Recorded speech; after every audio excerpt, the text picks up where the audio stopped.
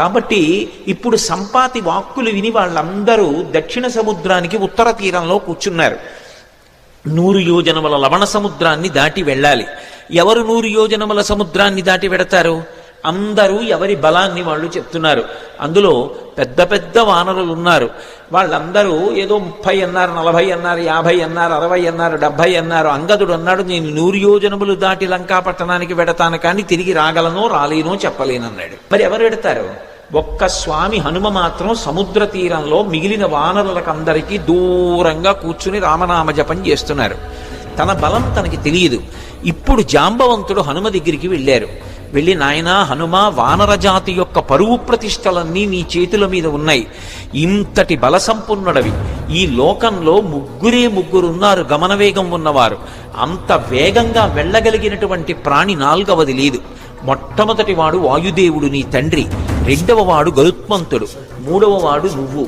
ఇంతటి వేగం కలిగిన వాడివి, ఇంత బలం కలిగిన వాడివి, చేతకాని వాడిలా ఇలా కూర్చుంటావా? నీ తల్లి పుంజకస్థల, ఆమెకి వాయుదేవుని యందు ఔరసపుత్రుడిగా జన్మించిన వాడివి. పుట్టగానే అపారమైనటువంటి వేగంతో సూర్యమండలం వైపు ప్రయాణం చేసి ఉదయిస్తున్న సూర్యబింబం తినే ఫలం అనుకుని వెళ్ళావు.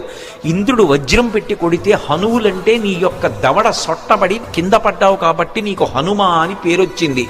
ఆ పేరు ఉంచుకోవాలి అని ఇంద్రుడు పరమ సంతోషంతో తన మెడలో ఉన్న పద్మాల మాల పైకెత్తి ఊపి, ఈ పిల్లవాడికి ఇంకొక పేరు ఉండకూడదు, నా వజ్రం చేత పుట్టిన పిల్లవాడిని కొడితే ఎడమ దవడ సొట్టబడింది కాబట్టి ఈ పిల్లవాడికి హనుమ అని పేరుంటుందన్నాడు. దేవతలందరూ తమ శక్తులు ధారపోశారు. నీ అంత శక్తివంతుడు లోకంలో ఇంకొకడు లేడు. ఇంతటి వేగం కలిగిన వాడివి, ఇంత శక్తి కలిగిన వాడివి, నువ్వు ఇలా కూర్చుంటావా? ఒకప్పుడు నాకు కూడా ఎంతో బలం ఉండేది.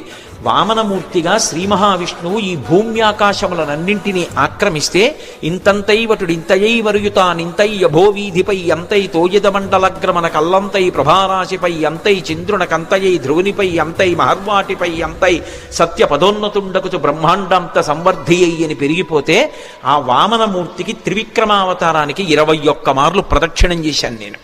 కానీ ఇప్పుడు వృద్ధుణ్ణైపోయాను, బడలిపోయాను, 100 యోజనములు దాటలేను. కాబట్టి పిల్లవాడివి, శక్తివంతుడవు, నువ్వు శక్తి పుంజుకొని బయలుదేరాలని జాంబవంతుడు హనుమతో మాట్లాడి ఒక మాట అన్నాడు.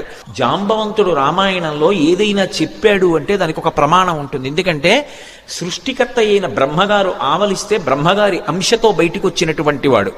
ఆయన అంటున్నాడు, హనుమాన్ హరిరాజస్య, ఓ హనుమ, నువ్వు వానరులకందరికీ కూడా రాజుతో సమానమైన వాడివి.